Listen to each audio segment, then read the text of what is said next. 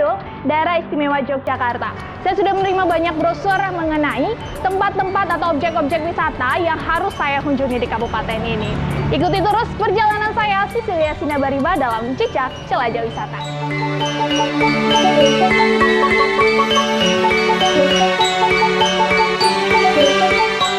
Kabupaten Gunung Kidul saat ini memang sedang gencar-gencarnya melakukan promosi di bidang pariwisata.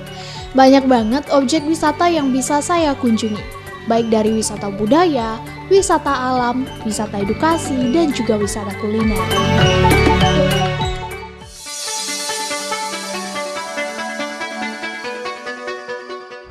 Nah, pemirsa, saat ini saya sudah berada di Gatot Tiwul Yutum. Tempat ini jadi salah satu tempat favorit untuk berburu oleh-oleh kalau pemirsa datang ke Gunung Kidul. Di tempat ini ada yang namanya Gatot Tiwul. Gatot Tiwul itu sempat menjadi makanan pokok masyarakat setempat. Makanan ini terbuat dari kasava atau ubi atau juga disebut ketela. Saya sendiri sih penasaran gimana sih proses pembuatannya. Yuk kita cari tahu ke dalam proses pembuatannya. Ikuti saya terus.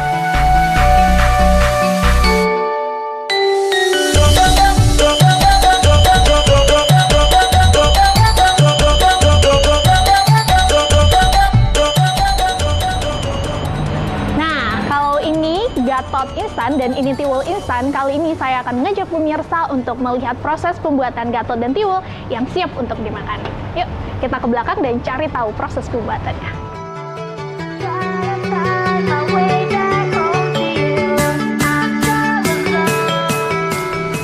Wow, ini dia nih dapurnya nih. Dan itu ada Pak Slamet yang bakal ngasih tahu kita tentang gatot dan tiwul ini. Halo Pak Slamet. Halo. Oke, Pak bisa dikasih tahu nggak sih Pak ini proses pembuatannya seperti apa? Kemudian terbuat dari apa gitu Pak? Ya, ini tiwul. Jadi tiwul itu terbuat dari tepung gaplek. Tepung gaplek ini. Terus tepung gaplek ini dicampur dengan adonan gula merah. Oke. Adonan gula merah itu diadonin jadi intilan-intilan kayak gini. Terus kayak gini terus sudah jadi, baru ditimbang. Habis ditimbang langsung dikukus kira-kira 15 menit ya. Gitu. Dan ini juga ada inovasi baru. Jadi ada rasa-rasa pandan juga sekarang. Bedain yang ciri khasnya sendiri rasanya. Rasanya untuk di Yutum sendiri itu untuk pemasakannya itu masih tradisional. Jadi semua pakai kayu bakar, terus pengukusannya juga pakai alat-alat tradisional. Jadi untuk rasa khasnya itu tersendiri. Oh, berarti saya wajib coba ya Pak ya, biar tahu rasanya coba, ya Pak ya. Ya. Oke, baik Bapak-bapak. Siap.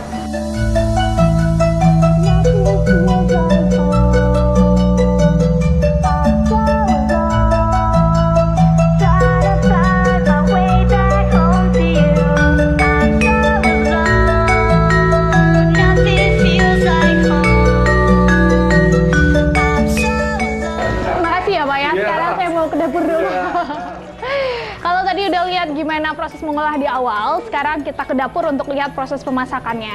Udah ada Masnya di sini. Halo Mas. Halo. Saya mau lihat nih. Tadi kan udah diiris ya? Iya. Setelah diiris diapain lagi? Dicuci bersih, terus dikukus.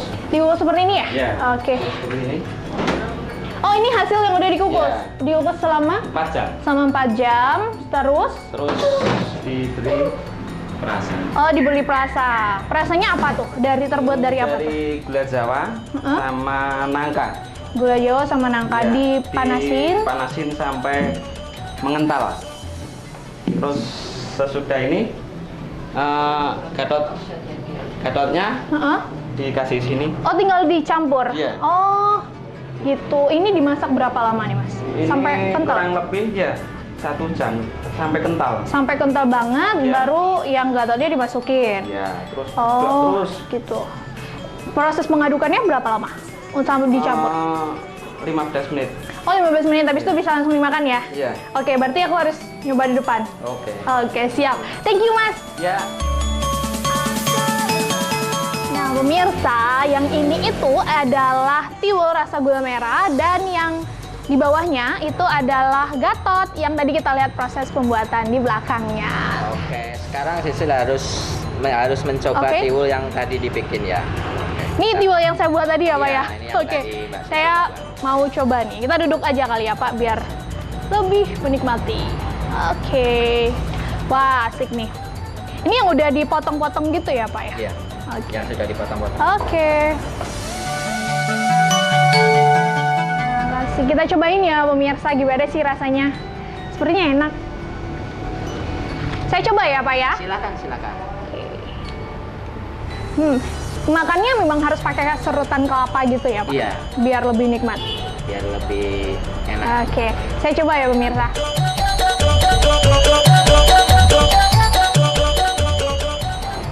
Enak ya Pak? Ya. Manis. Rasanya manis pemirsa. Apalagi ditambah sama serutan kelapanya, gula merahnya juga terasa. Dan pastinya bikin kenyang. Karena terbuat dari ketela. Saya mau nyoba lagi deh. Sekarang saya mau nyoba gatot.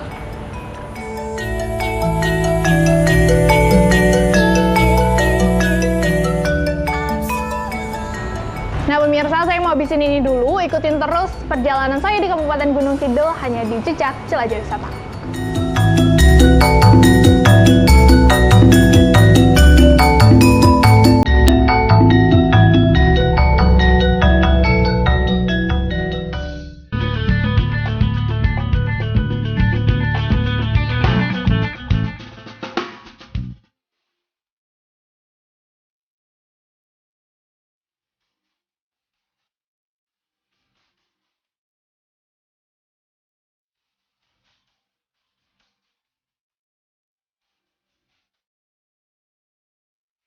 Ini dia yang tak kalah seru di Gunung Kidul.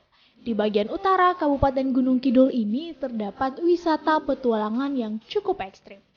Jeep ring surat atau yang biasa disebut GPS ini benar-benar menguji adrenalin saya.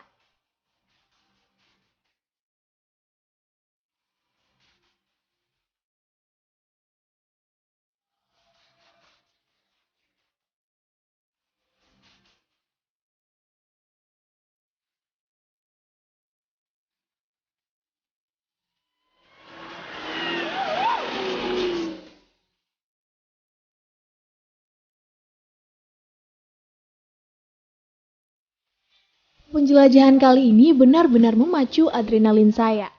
Namun suatu kehormatan tersendiri, karena petualangan saya ditemani oleh Bupati Gunung Kidul, Hajah Badingah Esos. Malu rasanya kalau saya harus histeris ketakutan, sementara sang Bupati terlihat sangat begitu menikmatinya. Sekalipun medan yang kami lalui cukup ekstrim.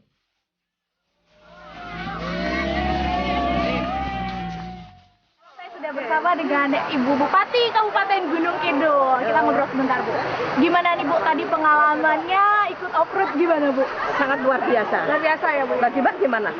Sangat luar biasa. Tantangan? Ekstrim. Tantangan sekali Bu. Uji adrenalin? Uji adrenalin. Luar biasa. Luar biasa. Ini tadinya hanya tempat biasa.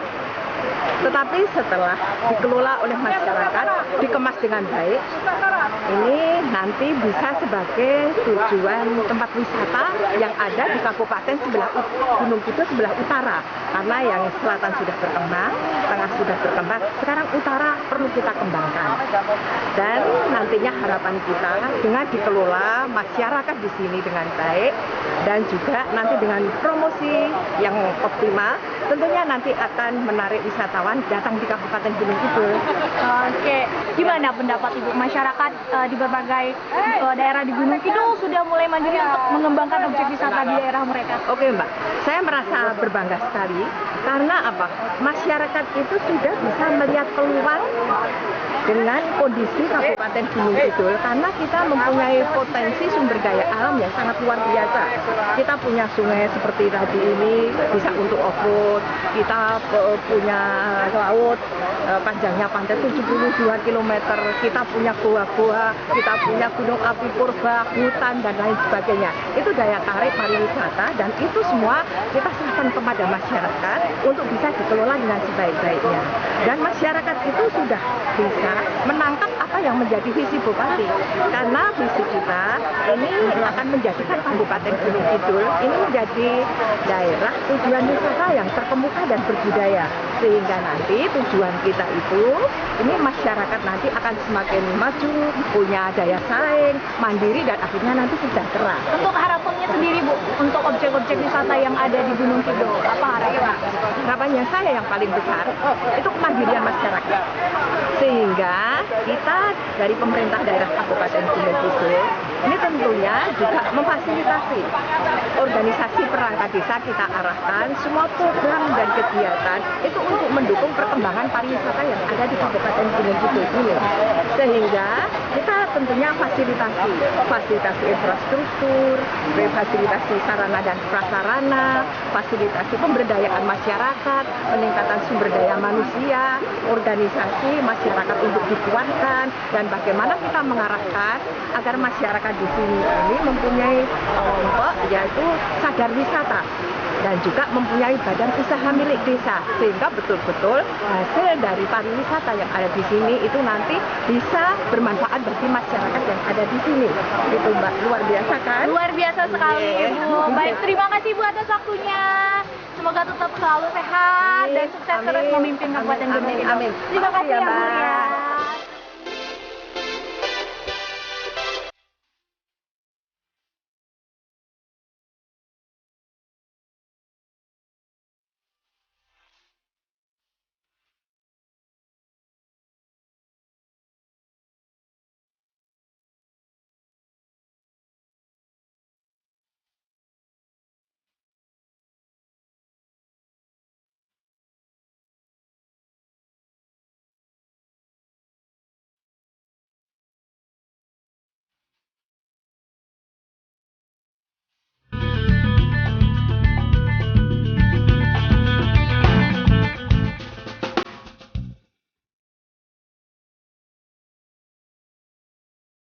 Pagi ini masih gelap dan saya berkelana bersama teman-teman.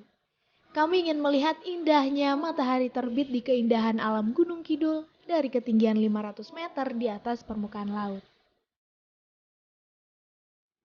Akhirnya sampai juga di puncak Gunung Gentong.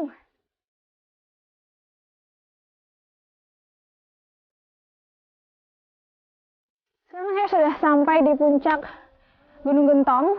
Kalau masyarakat di sini atau wisatawan biasanya sebut ini puncak 4G karena bukan internet, bukan untuk internet, tapi Gunung Gentong, Gedong Sari, Gunung Kidul. Saya nunggu sampai sunrise-nya muncul. Kita lihat bareng-bareng.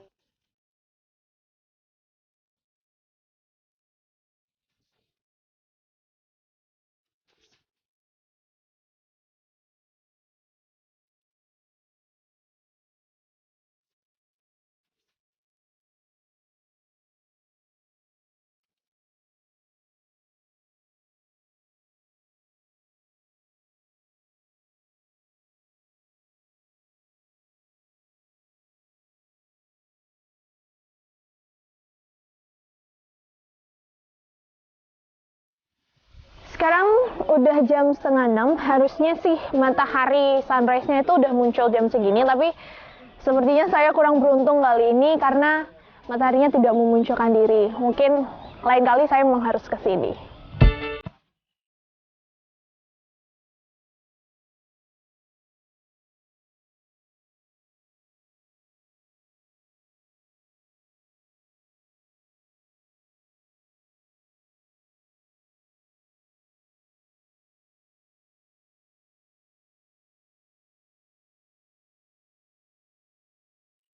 Nah, sekarang saya udah bersama dengan Mas Sigon dan juga Pak Subadri. Kita mau tanya-tanya seputar Gunung Gentong ini. Nah, Mas, gimana nih Mas cerita tentang Gunung Gentong sendiri? Bisa ceritain ya Mas? Oh ya, jadi Gunung Gentong itu kan berawal dari petilasan Prabu Brawijaya V. Itu awalnya beliau itu dikejar-kejar oleh Raden Patah ya, Raden Patah, putranya Raden Patah. Dan itu merupakan yang kita jadikan untuk eh, upacara setiap setahun sekali, namanya upacara adat nyadran. Ini kan katanya baru dibuka nih Pak. Kapan sih Pak dibukanya ini sebagai objek wisata? Bulan Oktober baru saja 2016. Kemudian kita launchingkan di sosial media itu mulai tahun baru, pas malam tahun baru kita bersama kita sebagai pengelola bersama Ketua Karang Taruna Desa Ngalang Kara Muda beserta rombongan kita malam tahun baru di sini Mbak, kurang lebihnya 500 orang dari berbagai pengunjung untuk merayakan tahun baru di sini. Akhirnya dari paginya kita luncurkan sampai sekarang sehingga mendapat apresiasi dari kalangan anak muda. Terus untuk sejauh ini nih Pak, gimana sih rencana kedepannya untuk gunung ini sendiri, mau diapain, mau ditingkatkan lagi kah atau gimana? Pengembangan tentu kita pengembangan sudah ada persiapan untuk pengembangan untuk spot-spot fotonya, juga di bawah ada pengembangan untuk parkirnya, kapasitas bangunan dari Dinas Pariwisata Provinsi ada 700 meter untuk di ID tahun 2017 ini. Makanya untuk menambah spot-spot ini juga kami bersama Karang Taruna Desa Ngalang Karya Muda bersama pengelola 4G di sini selalu aktif untuk kerja bakti, bahkan malam pun kita melakukan kerja bakti begitu. Oke, terima kasih Pak atas informasinya.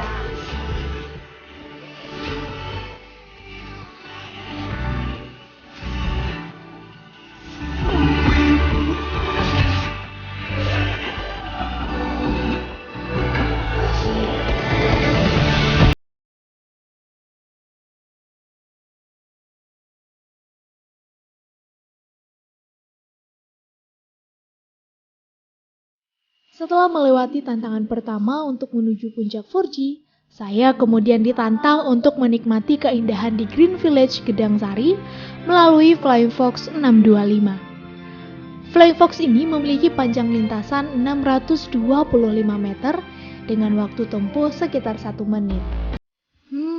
Saya jadi deg-degan. Deg-degan, sebentar lagi ini persiapannya udah selesai. Sebentar lagi akan terbang melayang sampai di ujung sana, 625 meter. Sampai jumpa di sana.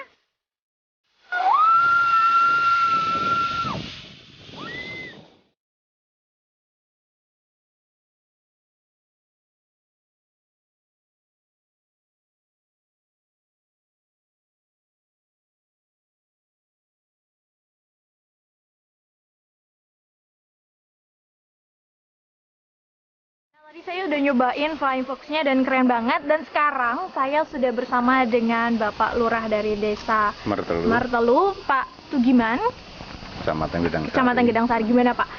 Tadi saya udah nyobain nih Pak. Seperti apa sih Pak proses pengelolaan dari Green Village ini sendiri?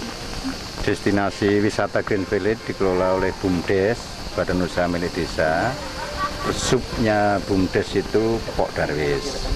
Agar pengelolaan keuangan dengan baik, agar kedepannya sustainable itu dikelola BUMDes. Karena kami belajar tempat-tempat wisata yang dikelola BUMDes itu cenderung lebih baik daripada dikelola kelompok.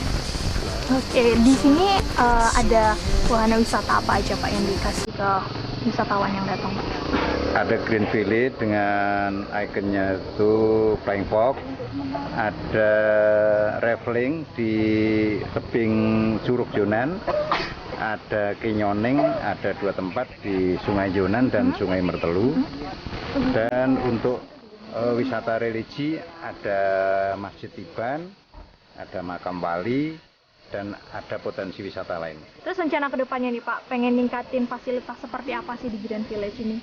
Ya, ini harus kita tingkatkan ke depan. Untuk ini yang belum tersedia sarana prasarana, tempat parkir, penataan kios atau warung, terus gardu pandang, dan ke depan mungkin harus ada lebih banyak lagi pengembangan wahana lain. Oke, siap. Terima kasih Pak Tugiban atas waktunya. Terima kasih.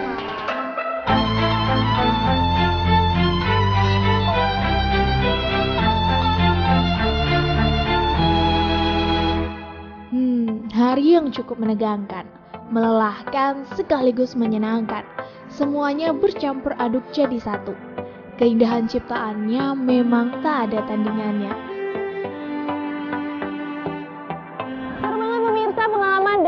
penjelajahan saya hari ini. Semoga pemirsa juga mendapatkan pengalaman yang gak kalah seru dengan apa yang saya rasakan kalau datang ke tempat ini. Sekarang waktunya saya untuk menikmati matahari tenggelam di Pantai Po Tunggal. Saya Sisilia Sinumberiba, terus saksikan jejak jelajah wisata.